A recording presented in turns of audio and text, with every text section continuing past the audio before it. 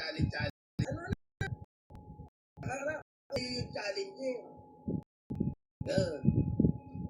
Biniripay ko, hindi naman pala sa yung challenge yan. Okay na ina ko. Nakasanla pala sa bangko. Okay na ina to. Oh. Ayan yung challenge yan na ginamit mo papuntang BFO. So, ayan o. Oh. Oh. Naka-encumbered sa BDO unit.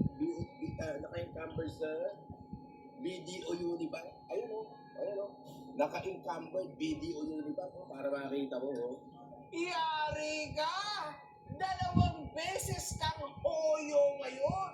Oo! Private person pa naman yun. Nako! Narinig ko nga. Parang nakaramdam ka daw eh. Nung pumasok ka doon sa law firm. May CCTV camera ako eh.